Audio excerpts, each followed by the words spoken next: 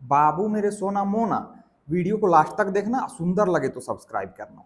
कह रहा है एक कुटीर उद्योग मतलब फैक्ट्री एक दिन में कुछ बर्तनों का निर्माण करता है और एक विशेष दिन यह देखा गया कि प्रत्येक नग की निर्माण लागत रुपया में उस दिन के निर्माण किए गए बर्तनों की संख्या के 2 गुने से 3 अधिक थी। ठीक है, यदि उस दिन की कुल निर्माण लागत रुपए में 90 थी तो निर्मित बर्तनों की संख्या और प्रत्येक नग की लागत ज्ञात कीजिए। कह रहा है कि किसी खास दिन प्रत्येक नग का निर्माण लागत उस दिन के निर्माण किए गए बर्तनों की संख्या के 2 गुने से 3 अधिक थी, है ना। तो मान लेते हैं बर्तन निर्मित बर्तनों की संख्या x माना निर्मित बर्तनों की संख्या बराबर x।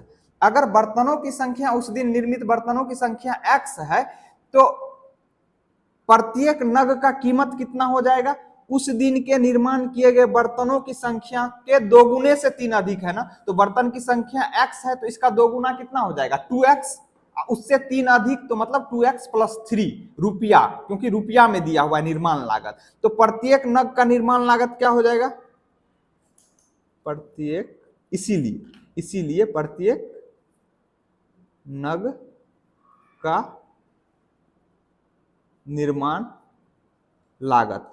क्वेश्चन में क्या दिया हुआ है कि उस दिन जितना बर्तन निर्मित हुआ है उसके 2 गुने से 3 अधिक था, तो 2 गुने, इसका 2 गुना कितना हो जाएगा 2x, उससे 3 अधिक +3, इतना क्या हो जाएगा रुपया में, क्योंकि निर्माण लागत रुपये में दिया हुआ है।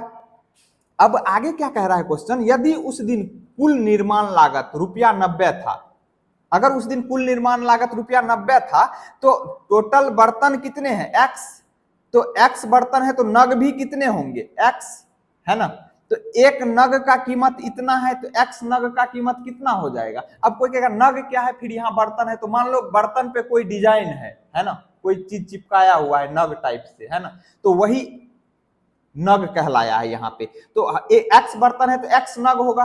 अब एक नग का कीमत इतना है तो x नग का कीमत कितना हो जाएगा, इसको इससे गुना करोगे। क्वेश्चन में दिया हुआ है कि उसका वैल्यू कितना है 90 रुपया है, तो इसका मतलब प्रश्नानुसार क्या है, प्रश्नानुसार कह रहा है कि इस दोनों का प्रोडक्ट 90 रुपए के बराबर होगा, तो x इंटू 2x + 3। अब देखो कोई कहेगा इसमें तो रुपया है, तो रुपया इसमें भी है। अगर यहाँ पे हम रुपया यूनिट लगाते हैं अब बराबर 90 रुपया लिखते हैं तो ये रुपया और इस रुपया से कट जाएगा, तो हम यूनिट नहीं लगा रहे हैं, समझ में आया, यूनिट कट गया है। कोई ये नहीं कहेगा यूनिट क्यों नहीं लिखा, समझना है। अब ये ब्रैकेट के साथ ये गुना होगा, अब x को इसके साथ भी गुना करो, इसके साथ भी गुना करो, क्या हो जाएगा 2x को x के साथ गुना करोगे 2x², और फिर x को 3 के साथ गुना करोगे, बीच में प्लस है प्लस 3x। ये 90 इधर RHS में है ना, इसको LHS में ले आओ तो कितना हो जाएगा -90 बराबर 0।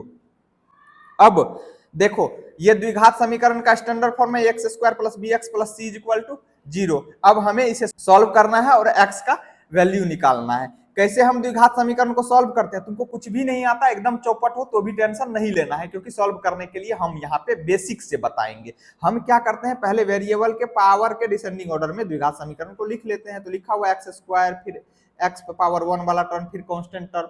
अब क्या करेंगे, तो स्क्वायर वाले टर्म को कांस्टेंट टर्म के साथ गुना करते हैं, तो साइन के साथ गुना करेंगे, ये माइनस है ये प्लस है, प्लस माइनस माइनस।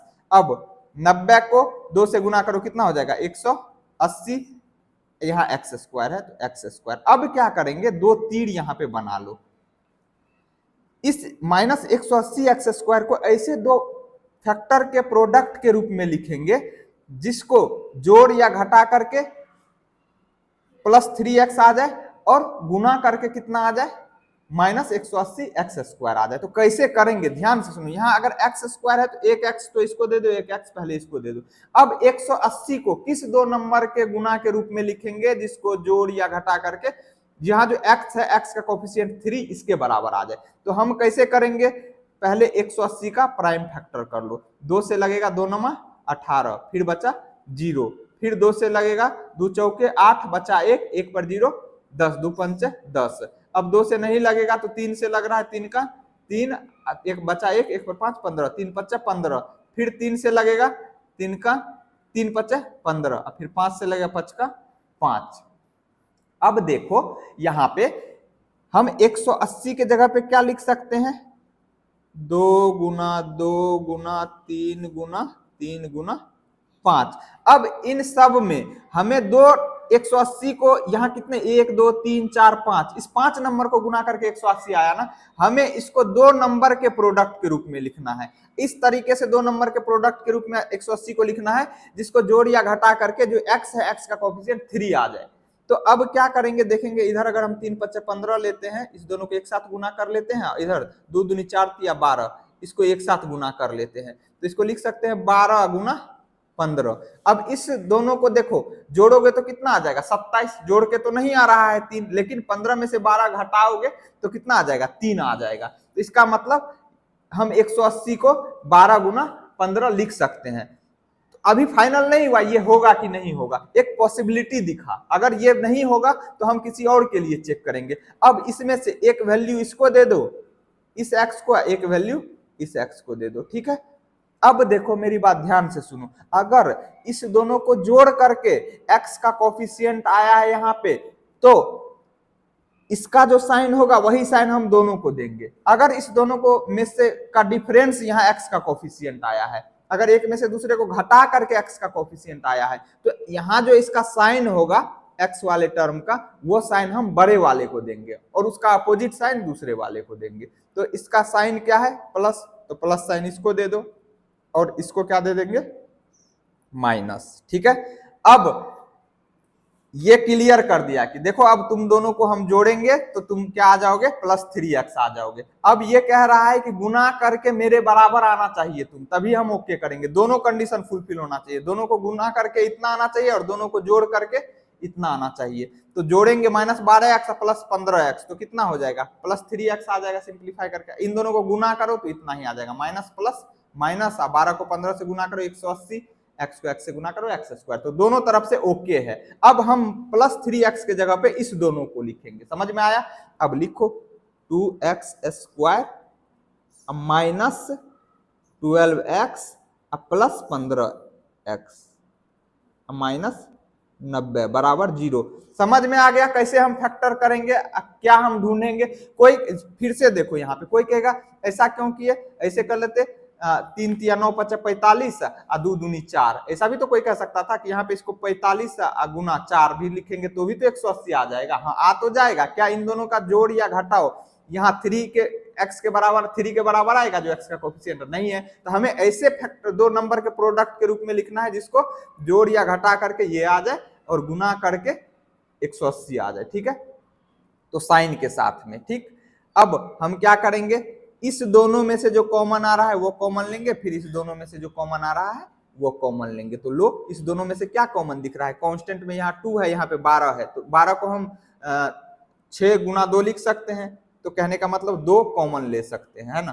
तो कांस्टेंट में 2 कॉमन आ रहा है, और जो भी कॉमन लेंगे तो इस दोनों में जो पहला वाला टर्म है उस साइन के साथ, इसका साइन कुछ नहीं है तो प्लस का प्लस साइन के साथ कॉमन लिया। अब यहाँ एक्स स्क्वायर है, मतलब x गुना एक्स, यहाँ पे एक बार x है तो क्या कॉमन आएगा एक बार x, क्योंकि हम कम वाले के हिसाब से कॉमन लेते हैं तो x भी कॉमन ले लिया। अब क्या करेंगे, जो कॉमन लेते हैं उसी से हम डिवाइड करते हैं, किसमें, जिस जिससे कॉमन लेते हैं उसमें। तो अब 2 प्लस 2x स्क्वायर है ना, प्लस 2x स्क्वायर में प्लस 2x डिवाइड करो क्या हो जाएगा, 2 से 2 कटेगा, x स्क्वायर में x से डिवाइड करोगे तो क्या हो जाएगा x बचेगा, है ना। तो x, फिर इस प्लस 2x से माइनस 12x में डिवाइड करो तो प्लस माइनस माइनस 2 छा के 12, x से x कट जाएगा। अब फिर से इस दोनों में कॉमन लोगे तो हमने क्या कहा, इस दोनों में जो पहला वाला टर्म होगा उसके साइन के साथ कॉमन लेंगे, तो प्लस है तो प्लस साइन लिख देंगे, जैसा कि इस दोनों में इसका जो साइन था पहले वाले का उस साइन के साथ कॉमन लिया। कोई कहेगा प्लस क्यों नहीं लिखा, शुरू में हम प्लस लिखते नहीं है इसीलिए। अब यहाँ पे x है, इसमें तो x है नहीं, तो वेरिएबल में कोई कॉमन आने का चांस है नहीं। यहाँ पे 15 है, यहाँ पे 90 है, तो इस दोनों में क्या कॉमन आ रहा है? देखो 90 को 15 गुना कुछ लिख सकते हो, तो हाँ लिख सकते हैं, 15 15 35 या 45 चौके 60 दाम 75 छाके 90, तो 15 छाके 90 मतलब 15 गुना 6 लिख सकते हैं इसको। तो 15 कॉमन आ रहा है तो 15 कॉमन ले लो। अब जिससे हम कॉमन लेते हैं उसी से डिवाइड करते हैं, किसमें? जिससे हमने कॉमन लिया है। तो 15 से इसमें डिवाइड करो, 15 कट जाएगा, बचा x, फिर 15 से इसमें डिवाइड करो तो ये प्लस ये माइनस, प्लस माइनस माइनस, आप 15 से 90 में डिवाइड करोगे कितने बार में लगेगा? 6 बार में, 15 छाके 90 बराबर 0। अभी तक हमारा कैलकुलेशन सही है या नहीं ये ब्रैकेट बताएगा। अगर ब्रैकेट में सेम टर्म आया है, यहाँ पे सेम चीज आया है तो कैलकुलेशन ऊपर का द्विघात समीकरण का सही है। अगर अलग अलग आया है तो हमने इधर द्विघात समीकरण को सॉल्व करने में कहीं गड़बड़ घोटाला किया है। तो यहाँ तक सेम आया है ना, तो इसका मतलब द्विघात समीकरण जो हम सॉल्व कर रहे हैं सही है। अब इस दोनों टर्म में, एक टर्म ये हो गया, एक टर्म ये, दोनों में x माइनस 6 है ना, तो कॉमन ले लो x minus 6। x minus 6 common लोगे तो फिर से वही कांड करेंगे, क्या? जो हम कॉमन लेते उसी से डिवाइड करते, किसमें? जिससे कॉमन लेते उसमें, तो इसमें डिवाइड करोगे ये कट जाएगा, बचेगा 2x, अब फिर x माइनस 6 से इसमें डिवाइड करो, ये कट जाएगा, बचेगा प्लस 15 बराबर 0। अब इस दोनों ब्रैकेट का प्रोडक्ट 0 है, मतलब गुणनफल 0 है, तो एक बार इसको 0 करके x का वैल्यू निकालो, एक बार इसको 0 करके x का वैल्यू निकालो, तो क्या हो जाएगा? x माइनस 6 बराबर 0। तो यहां से x का वैल्यू क्या हो जाएगा? x के साथ 6 LHS में माइनस में है, RHS जाएगा तो प्लस हो जाएगा, क्योंकि साइड चेंज करेंगे तो साइन भी चेंज होगा। x का वैल्यू 6 आ गया।